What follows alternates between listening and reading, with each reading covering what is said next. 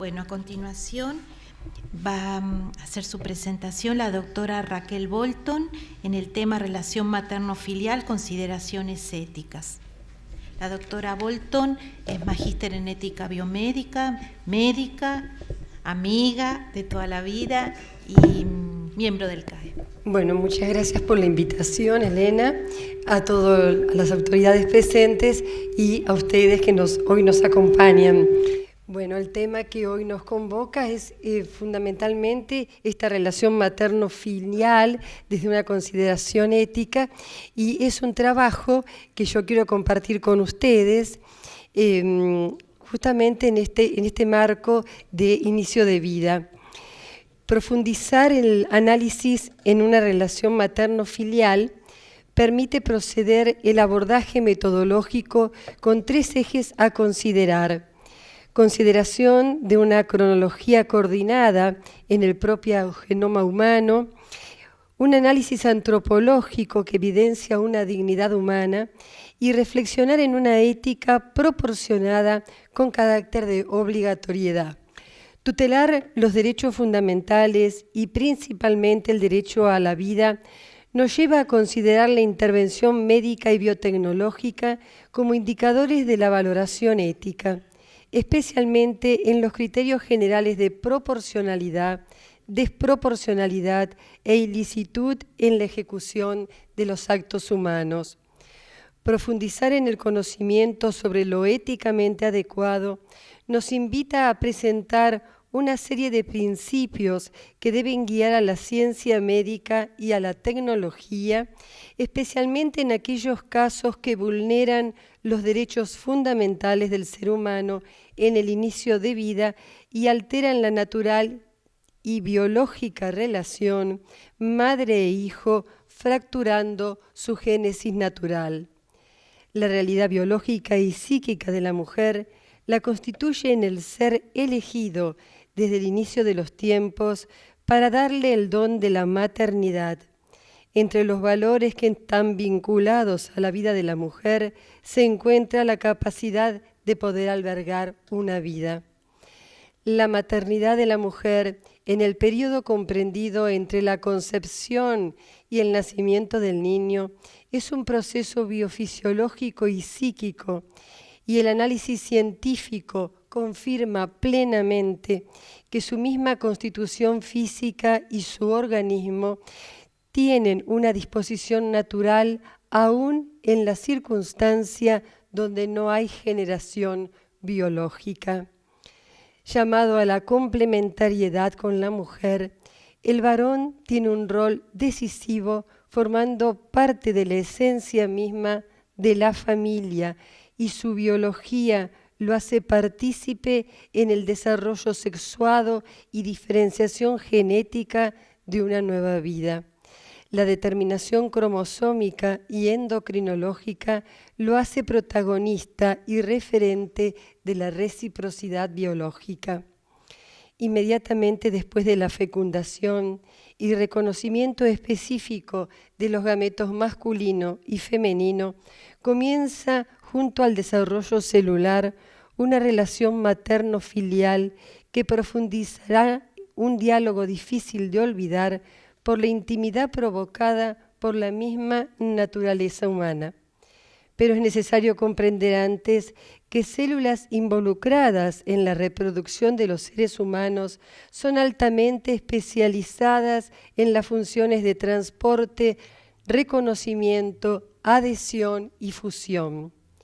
El reconocimiento específico de gametos en la manifestación biológica de una activación mutua luego de un estado de inactivación o silenciamiento de la expresión génica. El momento que marca el inicio de un nuevo ser humano determina una serie de acontecimientos articulados y proporciona la documentación de una dirección definida de desarrollo diferenciado y complejo, que ya no puede retroceder a fases recorridas. Ciertamente, la presencia del genoma humano permite entender una continuidad genética existente en el núcleo del cigoto, completada en la fecundación y que permanecerá invariable en todas y cada una de las células, desde el inicio hasta la etapa final de un individuo, como expresión de una continuidad biológica. La autogénesis del embrión se efectúa de manera tal que la fase sucesiva no elimina la anterior, sino que la absorbe y la desarrolla según una ley biológica individualizada y activamente controlada. El nuevo ser posee una teleología constituyéndose un fin por sí mismo y no por otro. Es erróneo pensar que es un programa coordinado por los órganos de la madre, aunque requiera de ella para desarrollarse. Desde su realidad biológica se considera un individuo totalmente humano en etapa de desarrollo que, guiado por un principio autónomo, atraviesa una cronología coordinada en el propio genoma sin ninguna discontinuidad, permitiéndole iniciar un diálogo molecular que lo tiene como protagonista. Uno de los desafíos para la ética en investigación es la profundización de los mecanismos moleculares que impulsan la fusión de gametos, teniendo en cuenta que la infertilidad afecta a un grupo importante de parejas reproductivamente activas. Publicaciones de experiencias científicas permiten examinar en detalle la compresión de los mecanismos moleculares que impulsan la fusión de gametos y se expresan en la membrana plasmática de los ovocitos humanos. Su inhibición bloquea completamente el proceso de fusión con los espermatozoides. El inicio de esta relación vital materno-filial tiene lugar en las trompas uterinas, donde el embrión interactúa con receptores a través de una red de sustancias que libera y actúan silenciando todas las células maternas que generarían el natural rechazo, tóxicas para células extrañas y generadoras de anticuerpo de rechazo. El factor clave que inicia este proceso es la expresión de un antígeno de histocompatibilidad peculiar del embrión en el estado de blastocisto, una realidad natural que da paso a una íntima relación madre e hijo, donde los resultados son más que la fusión de gametos y la identidad biológica junto al proceso madurativo presentan a un nuevo ser inseparable de su desarrollo. De no existir un sistema inmunológico tolerante por parte de la madre, el embrión sería espontáneamente rechazado, pero la existencia de una presencia biológica autoprogramada desactiva todos los procesos biológicos naturales que defienden a la madre contra todo cuerpo extraño. Las trompas uterinas producen factores de crecimiento para el desarrollo embrionario y factores de supervivencia, estos inhibidores de la apoptosis o muerte celular programada, y serán los encargados del acto vital que necesita el embrión para su traslado. También sintetiza la madre moléculas de superficie que indican el recorrido que debe seguir por las trompas y el lugar donde debe detenerse para anidar. La existencia de un fluido secretado por el endometrio materno llega a impregnar al embrión, pudiendo modificar su expresión génica. Estudios científicos han revelado la aparición de cambios epigenéticos en el embrión, llamados así por ser determinados por el ambiente celular, permitiendo que algunos genes se expresen o no de acuerdo a condiciones externas. Los mismos son determinantes en la ontogenia y el diálogo biológico. La investigación perinatal sigue aportando estudios que avalan la relación desde una visión epigenética, donde todo en la formación de vasos nuevos se van generando en la placenta. Este proceso vital resulta más que la suma de sus componentes, porque la información contenida en los materiales de partida se retroalimentan con la dinámica del proceso mismo. El conjunto de características biológicas permiten diferenciar los distintos procesos del sexo a nivel cromosómico, gonadal, embrionario y genital, siendo el patrimonio genético de la especie humana individualizado. La diferenciación gonadal, iniciada en la 4ª semana de gestación, se completa hacia la semana 8ª en el varón y un poco después en la mujer, debido a diferentes tiempos de desarrollo.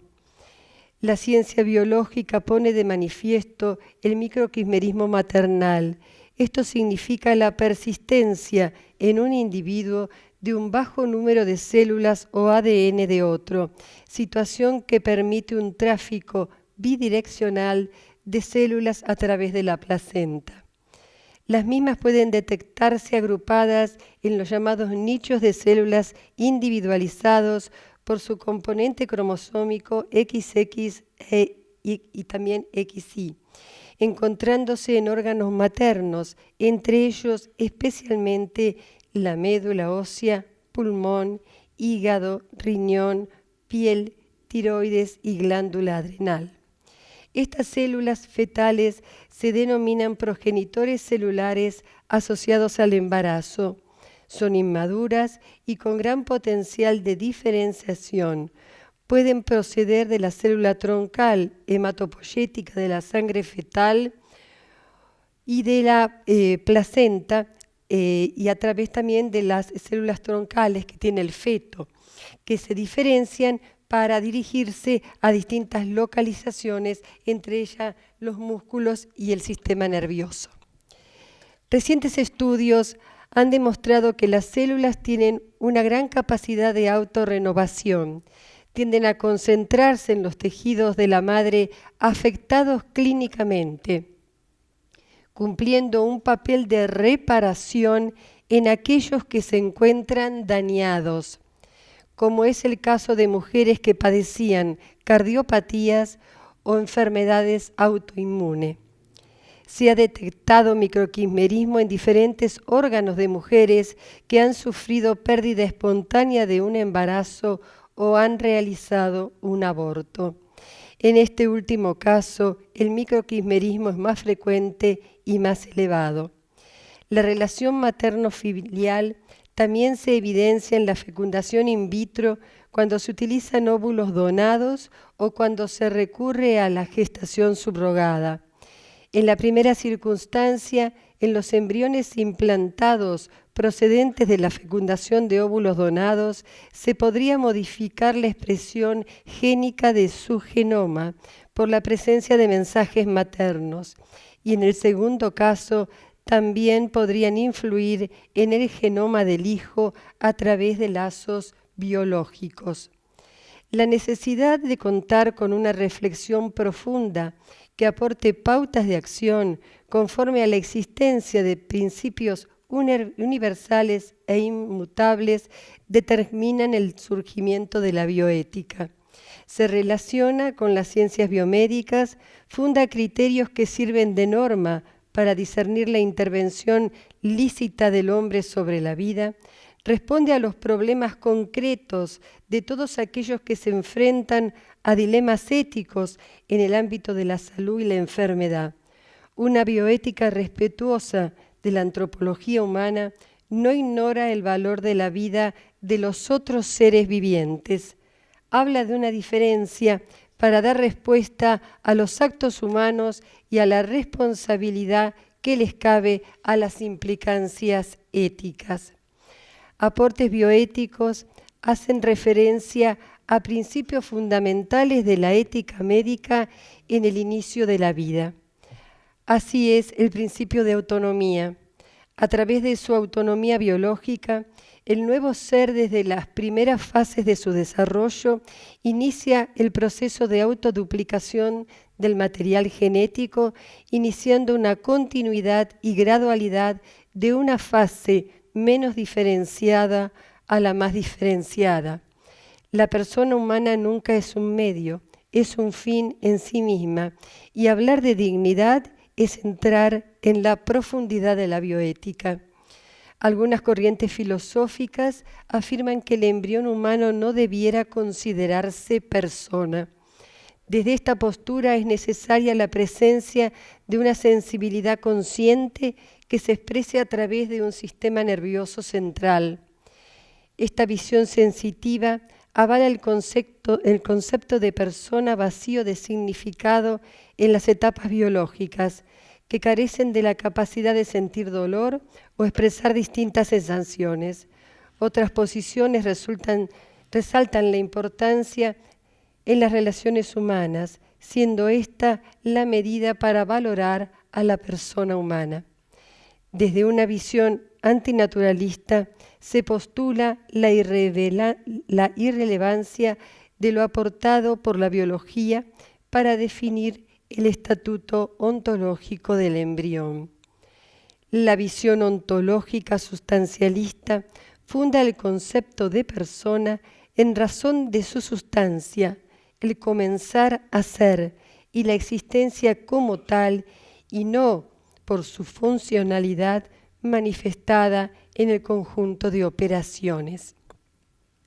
El ser humano se distingue de otras especies por la presencia de las dimensiones biológica a través de la activación por el espermatozoide. El ovocito, célula haploide, se transforma en embrión unicelular con estructura coordinadora que se automantiene y autoconstruye. Espiritual. El embrión humano posee una finalidad que le es propia. Surge a la existencia en el momento de la fecundación, con el cual se inicia la vida humana, totalmente presente y con capacidad de controlar y dirigir su desarrollo hasta el momento final. Profundizar en la biología de la generación de un nuevo ser es un tema fundamental en el marco ético, porque demostrar que el embrión humano es un ser biológico de nuestra especie es crucial para afirmar que cualquier procedimiento desproporcionado que implique su destrucción es bioéticamente inaceptable. El Código de Ética de la Asociación Médica Argentina para el equipo de salud hace referencia en sus primeros artículos a la presencia de guías de conductas basadas en principios morales, siendo el objetivo de la salud el completo equilibrio del bienestar psicofísico, social y espiritual de la persona y de la comunidad, siendo responsabilidad del equipo de profesionales de la salud lograrlo en sintonía con la multidisciplinariedad. Principio de beneficencia. Este principio hace referencia a la obligación de hacer con el otro aquello que cada uno entiende como bueno para sí. Ejemplo de ello es la protección y defensa de los derechos, suprimir condiciones que puedan producir perjuicio y otras situaciones que conduzcan a un daño. El embrión y feto, en cuanto a persona, merecen respeto por sí mismo desde el inicio de la vida y es proporcionado con características de obligatoriedad las técnicas médicas con fines terapéuticos, mereciendo ser valoradas moralmente en referencia a la dignidad humana. Justamente por la gran conexión materno-filial existen riesgos biológicos para la vida intrauterina. Es por ello importante que se realicen los controles médicos en la mujer embarazada y que se le brinde por parte del profesional que la asiste la información correspondiente. El conocimiento científico pone a nuestra disposición datos que afirman que el embrión humano en la fase de la preimplantación es una realidad biológica que mantiene una relación materno-filial a nivel molecular, tisular y epigenético, con capacidad intrínseca de realizar ese desarrollo. Asimismo, presenta una plena cualificación antropológica y ética, por lo tanto, no se le puede atribuir un cambio en la naturaleza ni una gradación moral diferente al de toda persona humana. Se puede hablar de diferentes fases del desarrollo humano, pero no existen fases en la realidad ontológica. Esta permanece inalterable. Por lo tanto, el principio de no maleficencia, explicado normalmente como daño o injuria, obligando a no hacer daño intencionalmente, y el de justicia, como necesidad de respeto a las normas morales básicas que permiten que puedan llevarse a la práctica los principios éticos fundamentales, forman parte de la consideración ética respetuosa de la defensa e integridad del ser humano en su etapa inicial. Experiencia de profesionales de la neurobiología, psiquiatría, psicología, biología molecular y bioética aportan al conocimiento del síndrome posaborto informes científicos que avalan la relación materno-filial en el embarazo.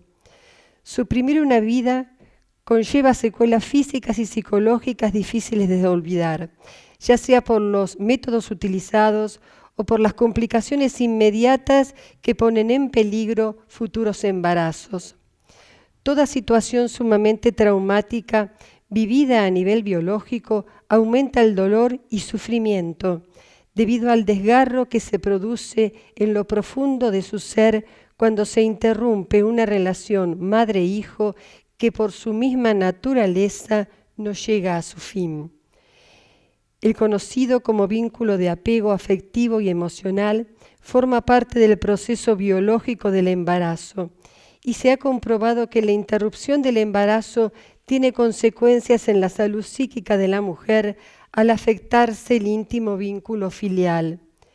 También el hombre experimenta estados de profunda tristeza que llevan al varón a abortar momentos de su vida, producto del vacío por la muerte de un hijo no nacido, situación que se agrava si no hubo una consulta previa en casos de aborto. La maternidad surrogada fragmenta momentos importantes y significativos en la biología del inicio de vida. Frente al anonimato de los dadores de gametos, se vulnera el derecho a la identidad y posibilita la incorporación de variantes de la fertilización artificial, considerándose además una forma de mercantilizar la filiación. La expresión usada frecuentemente de vientre de alquiler altera la natural y biológica relación madre-hijo en su diálogo molecular, el diálogo tisular en su naturaleza y factores epigenéticos se fragmentan en su génesis natural. Frente a proyectos que avalan la gestación por sustitución, se deben considerar las consecuencias que pueden surgir. Quien protege y tutela los embriones no implantados, ante un embarazo múltiple, la posibilidad de tener que recurrir a una reducción embrionaria. ¿Qué medida tomaría la pareja en el caso de embriones portadores de genes asociados con determinadas alteraciones cromosómicas? Un enfoque bioético brindará la posibilidad de fundamentar desde lo científico, antropológico y ético una realidad que duele, pero necesita ser comunicada y compartida. Para esto es necesario comprender qué pasa en la vida humana en sus fases iniciales y las relaciones que se van gestando durante el desarrollo. Puesto que el desarrollo biológico es ininterrumpido y se actúa sin una mutación cualitativa intrínseca y sin que se necesite una ulterior intervención que lo origine, se debe decir que la nueva entidad constituye un nuevo individuo humano que desde el instante de la concepción prosigue su ciclo, o mejor dicho, su curva vital. El Código de Ética de la Asociación Médica Argentina para el Equipo de Salud hace referencia a las nuevas técnicas de procreación asistida y la producción de una modificación sustancial en el sistema de reproducción, cambiando por ello conceptualizaciones legales, socioculturales, médicas y éticas. Asimismo, señala que el médico que realice prácticas de fecundación asistida deberá otorgar a los embriones toda la protección y el respeto que como vida humana merecen. Por tal motivo, toda la actividad desarrollada sobre embriones. Cambios antropológicos y éticos han impactado en la sociedad actual, desvirtuando el concepto de procreación y el lenguaje del cuerpo expresado en el acto conyugal queda reducido al proceso biológico de reproducción como necesidad a la que está llamada la especie. Comienza aquí un nuevo camino que lleva a un nuevo paradigma en el concepto de filiación. La persona y su dignidad inherente representan la piedra angular y son el núcleo de hechos biológicos y presencia de valores que orientan la práctica de la bioética. Desear el bien y trabajar por el bien común se manifiesta también en una política de gestión sanitaria que acompañe los procesos en el cuidado de nuestros profesionales, que actuando sin discriminación puedan disponer de libertad en el ejercicio de su profesión y de condiciones tecnológicas que les permitan actuar con independencia y garantía de calidad, en defensa de una relación materno-filial que por su íntima realidad biológica marca el inicio de la vida humana. Gracias.